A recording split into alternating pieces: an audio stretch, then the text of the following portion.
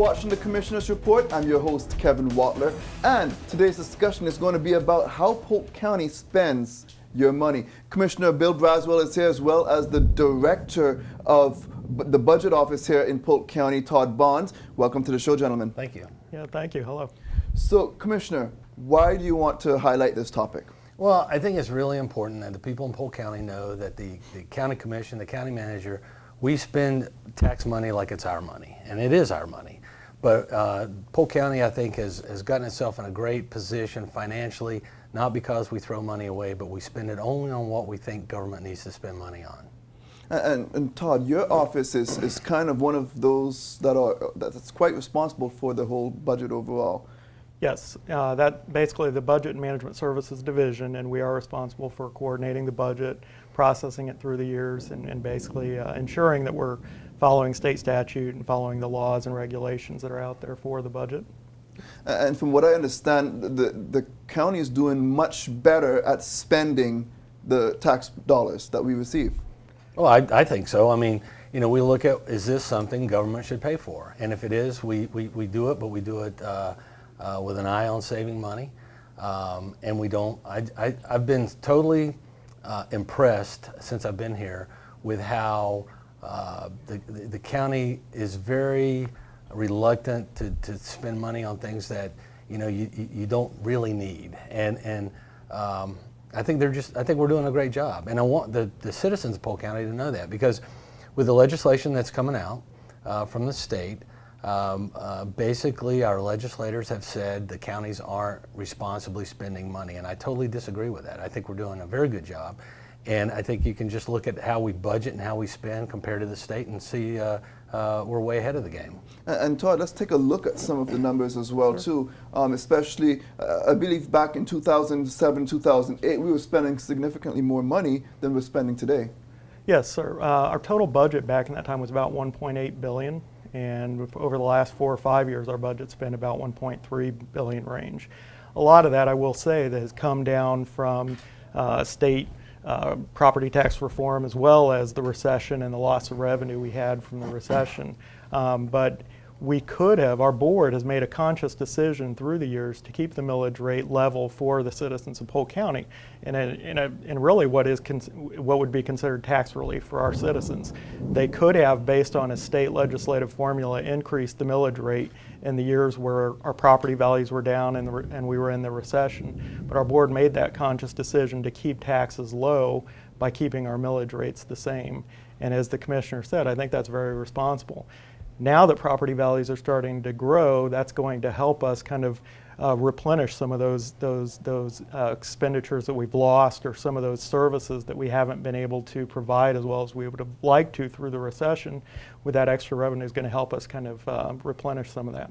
And let's define millage rate, because not everyone may actually understand what that is. Okay. Well, there's two parts to your property tax. So anybody that owns a home gets a tax bill. There's two parts to that. One is the assessed value and the taxable value that's assigned by the property appraiser. The other is the millage rate that is assigned by taxing authorities throughout the county. Now, the Board of County Commissioners is one of those taxing authorities where they can set millage rates to tax the citizens. There's other taxing authorities like school board, the cities. There's some water districts that can tax also. So the board sets the millage rate, and then the millage rate times your taxable value of your house divided by 1,000 is basically what you would pay in taxes. Okay. And one of the things you wanted to compare, Commissioner, is what the state is doing compared to Polk County. Well, you know, when we talk about budget, when we say budget, what we really mean, these are the amount of dollars derived from taxes that, whether it's the city, county, or state, this is what we're going to spend. So, you know, I find it a little bit upsetting that our state legislators are running around saying they've cut their budget, when in fact, if their spending is going up, they're getting taxes from somewhere. We all pay taxes. Maybe they've used this targeted tax cut, like on the sales tax. You'll get a break for hurricane supplies or schools, whatever. Yeah, that's a very temporary, very targeted tax cut. But overall, the people of Florida are paying more taxes year over year. Yeah. And you want to expound on some of that as well? Well, I know we have a chart that I think you're going to be showing that shows since 2007, 2008, what the board's budget has done. So it went down for a few years and then it leveled off. So our budget has gone from the 1.8 billion down to 1.3 billion, which is where we're at right now. If you look, our budget is still 10 to 12% below where we were at back in fiscal year 07-08. The revenue we're getting from property taxes is 10 to 12% less than the revenue we were getting back then, and our budget is, like I said, down from 1.8 to 1.3 billion. If you look at the state's budget, on the other hand, it's continuously gone up, and so you can see that in that chart that their total budget is a lot higher. And I think it's good to point out, it's been brought up several times that, yeah, property values are going up, therefore we will take in more tax revenue. But everything else has gotten expensive. I don't know of anything that's gotten any cheaper in the last 10 years. Everything we do, whether it's pave a road, put up a stop sign, whatever, it costs more money now than it did. So it's not like we're getting ahead on the deal. We're actually falling behind. Absolutely. And one of the things that is probably going to take place, that the county is going to take a huge hit on financially, is the Homestead Exemption, in which I know the commissioners are quite worried about. Right. I think I'll ask Todd, but I think it's around $7.5 million, $7 million, something like that, less if it passes. Yes, Polk County Board of County Commissioners are going to lose $7 to $8 million in revenue. And that's in multiple funds, from our general fund to our parks and library, municipal services taxing unit, to our roads fund. Yeah, and don't misunderstand, Polk County will do fine. We're not going to close for business or anything like that. But it's the same old thing, since I've been in office, everyone, or let me put it this way, no one has come to me and said my property taxes are too high. What they come to me and say, we'd like lights at the ball field, or we'd like more ball fields over here, or we'd like a 4-lane of this road or that road. People want the services that the county provides, and I think they're important services. And these services are derived from not just property tax, but all the other revenue sources that the county has. But when you take a big, like a $7 million whack out of a county budget, somebody's going to feel it. And I'm afraid the citizens who want these services probably at this point don't realize what's coming, and it's probably going to come as a surprise. Right, and what are some of the things we risk losing if we have less tax dollars coming in? Well, I mean, basically it's across the board. I mean, what we can, we could take it out of public safety, which we certainly won't. We could take it out of drainage, parks, whatever. It will decide when the time comes where the cuts have to be made. And the other thing to know is this doesn't take effect for the upcoming budget. The citizens will be asked to vote on this next election, and then I believe it'll kick in 2019 budget? Yes, fiscal year 1920 actually is the budget that would be impacted, fiscal year 1920. And the other thing that to me is so bothersome about this, there's 67 counties in Florida. Only 38 counties are included in this. There are 29 counties that basically will feel the cuts, but then they'll be reimbursed by the state. And the other 38 counties are going to make up the difference, and those 29 are going to get to vote on it. And you throw something out there, do you want a tax cut? Everybody's going to say yeah, and so 29 counties that aren't even affected are going to say yes. So this thing will pass overwhelmingly, I'm sure. Yeah. And one of the things you've mentioned, we talked about it briefly a little earlier, is about the targeted tax cuts. Let's talk a little bit about what that really is. Well, I mean, it's where you, like I said, the sales tax, or maybe a fee, you reduce it here or you reduce it there at the state level. And what's happening is the state legislators are running around going, hey, we cut this and we cut that, which is true, they did, but they made up for it somewhere else. Like I said, their spending is not going down, it's going up. And Polk County went through a serious time of austerity, and we have been very, very cautious about increasing spending. And what should the state do to help counties like Polk County and all of the other counties in Florida? For me, this is real simple. If I come to your business and say, give me your checkbook, let me manage your finances, I would not be happy about that. And that's exactly what the state did. Now, it's been said property tax is the most unfair tax there is. It does not take into account your situation at the time. I would agree with that, but it's the system that the state created, the state implements it, and to come in here willy-nilly, between one budget and another budget and say, well, we're going to cut this, we're going to cut that out of your budget, I think is irresponsible. Yep. So what would be your message to them? Well, look at sales tax.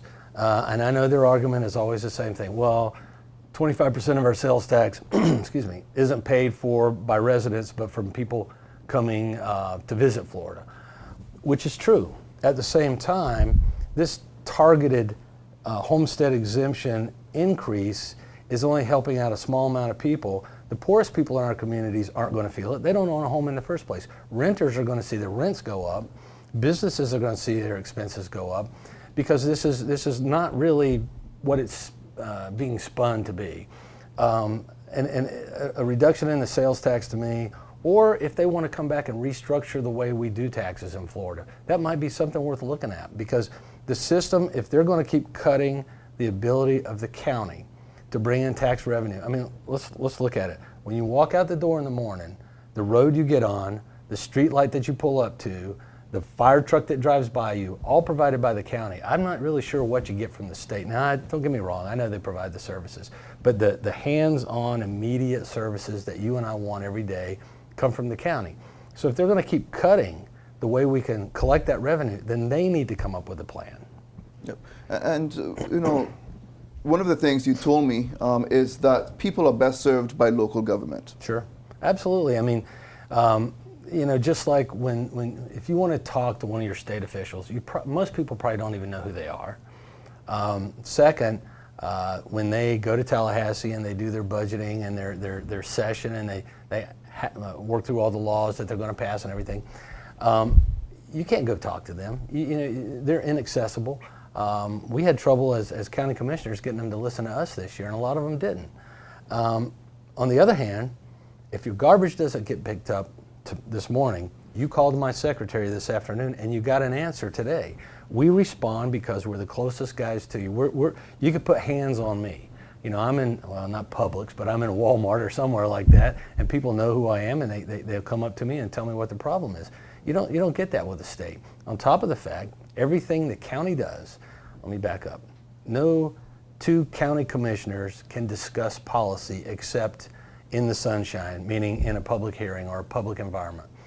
We can't do closed door deals. We can't finagle this or finagle that behind closed doors. Everything we do is a public hearing, and that's not true for the state. So I believe that your best bang for your buck is with your county government or your city government, and the most straightforward, public, open to everyone government is your city and county government. Because that opens up transparency when Sure. you have to do everything publicly. We don't do backdoor budget deals. We don't meet in private and discuss what we're going to cut and what we're going to add.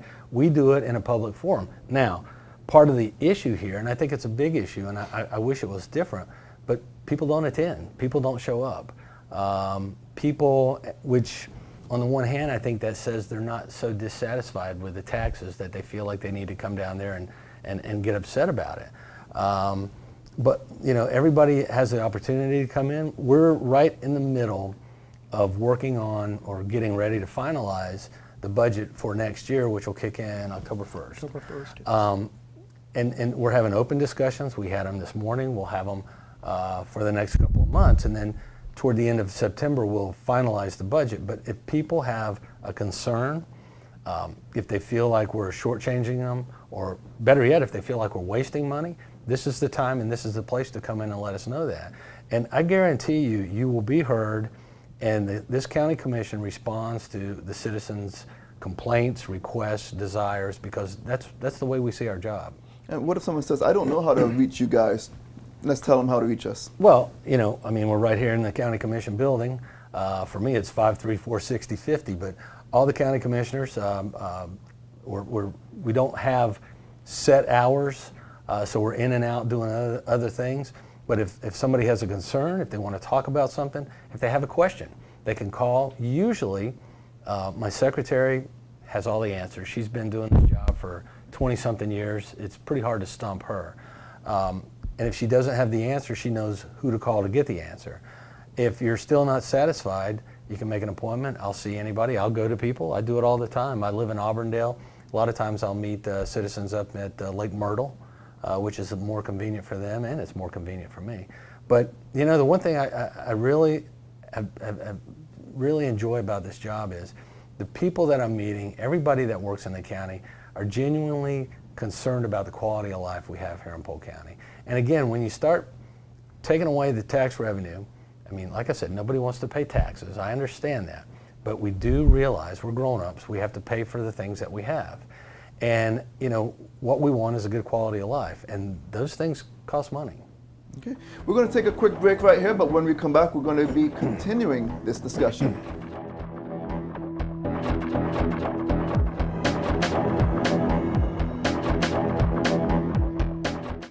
Have you considered starting a small business? Is entrepreneurship your transition mission? Veterans own nearly 1 in 10 of all U.S. small businesses, and business ownership can be a rewarding career for military spouses. Boots to Business, the entrepreneurship track of the Transition Assistance Program, will teach you skills to succeed in business ownership.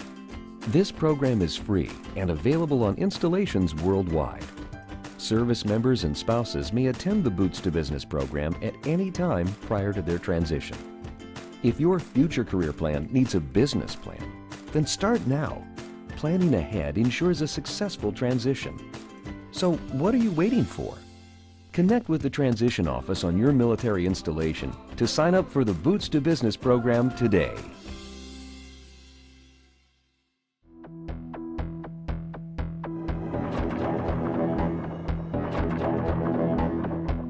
Welcome back, and now we're going to continue the discussion on how Polk County uses your tax dollars. Commissioner, talk to me about the unfunded mandates that the state usually has issued to the county. Well, I mean, the state comes up with all kind of rules and regulations, and in a lot of cases, the county is the agency that's going to collect the tax or the fee or whatever. And a lot of these, for instance, driver's license, the state was doing a very poor job of giving driver's tests and administering the driver's license program. So they mandated that the counties would do it. Well, that's great. I think we're doing a much better job, but upfront cost to the county was $11 million to get the equipment that we needed to administer the program. And then, I don't know exactly what the fee is for a driver's license, but the state takes the bulk of it, and the county, basically, I think it costs every citizen every time, well, it costs the county every time we issue a driver's license about $6 or7. So that's a mandate that we have to perform, but it's costing us money every time we do it. We just had the sheriff in 2 days ago to bring us up on his budget. And one thing he pointed out was he's got about $19 million worth of unfunded mandates from the state. And that can be all kind of things, whether it's taking care of prisoners' medical needs or whatever. But the state requires it to be done, but yet provides no money for it. And the county, I believe we're up around $44 million every year of mandates from the state that we receive no money from the state to cover the cost of.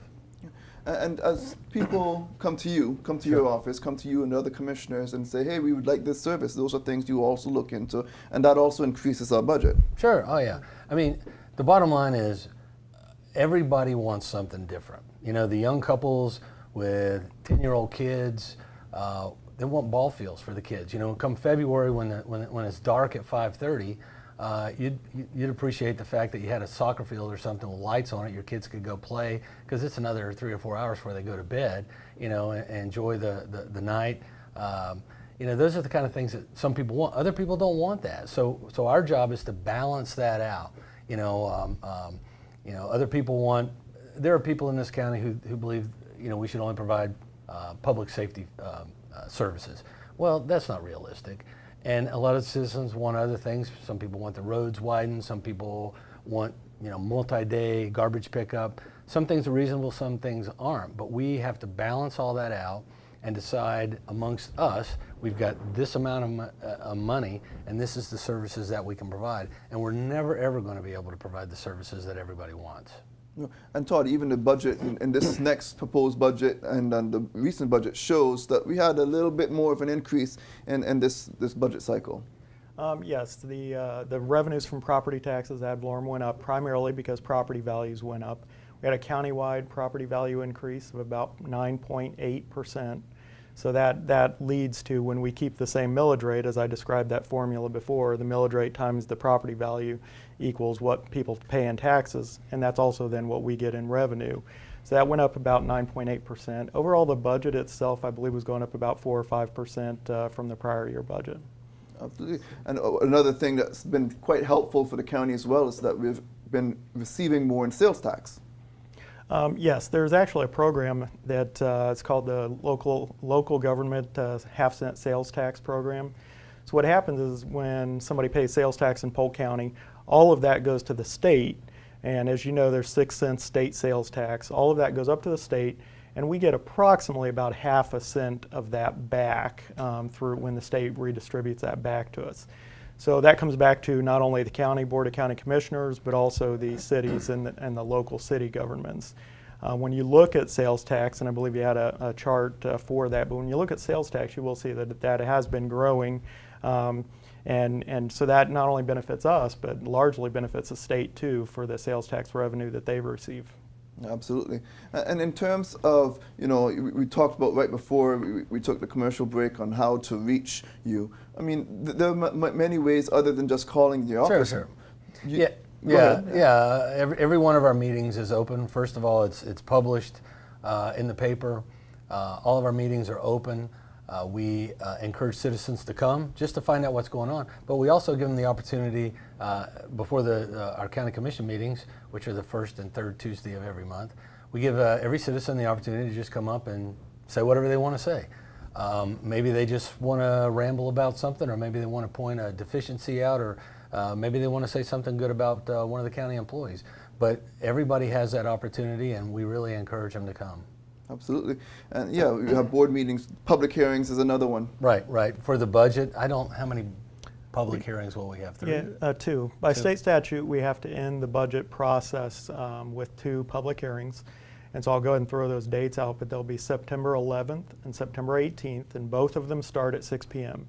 So by statute, we have to hold those 2 public hearings, allow citizens to come in, talk about the budget, and share their concerns, share any information they want to about the budget. So that's another set of public hearings that we have that citizens can come in and speak at. But I would like to point this out. Last year, when the commission adopted the budget, not a single person came, and the whole process was only 9 minutes long to adopt a $1.3+ billion budget. So on the one hand, you can say, well, the citizens don't want to participate. I interpret that as they're not really upset about the budget. They're pleased with how it's being spent. Yep. And talk about what your office goes through to prepare a budget. It's actually a pretty long process. We start our budget process in February with the budget kickoff with all of our divisions. At that kickoff, we share information with all the directors and the divisions about assumptions for the budget process, what they need to do. Divisions then go out and prepare their budgets, which they submit back to the budget office. And then we analyze all of the information that comes back in, work with the divisions to come to an agreement. After that, we have multiple meetings with the deputy county manager and the county manager to talk about what they want to present to the board and what they would agree with in those budgets that we received back from the divisions. After those meetings, we have multiple work sessions with the board, and those take us through like May, June time frame. We have a lot of work sessions with them, share information about the budget. And then in July, we have to propose, the county manager has to propose his budget to the board by mid-July. After that, actually coming up this Tuesday, usually the last board meeting in July, we send agenda items through to the board where the board will approve the millage rates that they're going to use for the budget. And that's what goes to the property appraiser, who sends out the notice of proposed taxes to everybody. So if you own a home in August, you will get this notice of proposed taxes that tells you what the taxes would do to your what the millage rates and values will do to your taxes, and what you have to pay in November, December timeframe.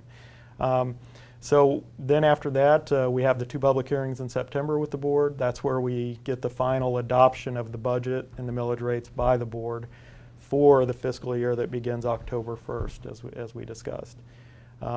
October, November, December for the budget office is really finalizing the prior year information, making sure financially we did everything we needed to do in the budget and actuals. we also start preparing for the next budget process and publishing some documents to be able to communicate our budget to the citizens and to anyone who's interested. So you have an easy job. All you do is say yes or no. So easy, I can't believe it. But one thing I want to point out in what he's talking about, for us, an important date is we have a retreat. Usually it's out at, it's been Circle B for the last couple of years. Yes. It's open to the public. The different departments make presentations about, you know, how much money they think they're going to need. And for me, and this was a learning experience for me this year, but that's really, as far as the county commissioners go, this is a time that we're really digging in and going, we need to refocus. For instance, the last 2 years, our focus has been fire and fire rescue and bringing that more up to date, buying more fire trucks, hiring more firemen, paramedics. And that's where our emphasis has been because, you know, we got behind. And so it's at the budget retreat where we really kind of hash out what we want to see proceed in the budget. And that plays a huge role in our assumptions as we move forward into the budget kickoff and what we do throughout that budget process. It's a large part of that, and that guidance that they give at that point really helps us to kind of work through that with all of our divisions, and to the point where we end up in July proposing our budget. A lot of that guidance is what we see in the proposed budget then. Yeah, it's kind of almost over already now. For this year. Yeah. It's just putting the final touches on it. Yes. Yep. And then right after that, you're going to get into it again, start the whole entire process once again for the next season. Yep, we'll start planning in October and November and getting ready for the retreat and then the budget kickoff come next January, February. So. Yep. We just want to talk just a little bit because we're coming close to wrapping up the show, and just talk about how you think your office has been doing for the citizens in Polk County throughout your time here. I hope I'm not wrong on this, but I really do feel like we have a good budget office. We work well with all the other divisions in preparation of the budget, and we work well with the county manager's office in preparation. So I feel like we're all the people in the budget office are very in tune to making sure we're doing the right things for the county, making sure that we are watching the statutory requirements and the legal issues that we have to watch and keep track of. One thing I will say though is it's not just the budget office, because I love the team we have right now in the budget office. I love the senior analysts and the analysts and the folks we have there. I think we do a great job. But we have people in the divisions that are financial positions, fiscal managers and financial administrators, people in the divisions that we can work hand in hand with. And if we didn't have them out in the division doing what they needed to do, it would be a lot harder to keep track of a lot of things. So I think it's really a team effort between the folks in the budget office, the division staff working hand in hand with us to get all of the budget brought together, tied together before it gets to the county manager. County manager does his review, makes a lot of suggestions and pushes back and really kind of makes sure that it's what he wants to see in his budget. And then we bring that to the board and propose his budget to the board based on guidance they've given and input from all of the county, really. Wonderful. And what would be your final thoughts on our topic, and how do you think we're doing? Well, I think Todd's office does a great job. And one thing he didn't mention, it's kind of blown me away since I've been here. Again, the state comes down and says you can spend this money for this and this. For instance, you can buy tires with this, but you got to buy lug nuts with this. His office has to sort all of that out, and it's a mess. So they do a great job. But the takeaway from this that I hope everybody gets is the budget process is long, it's open.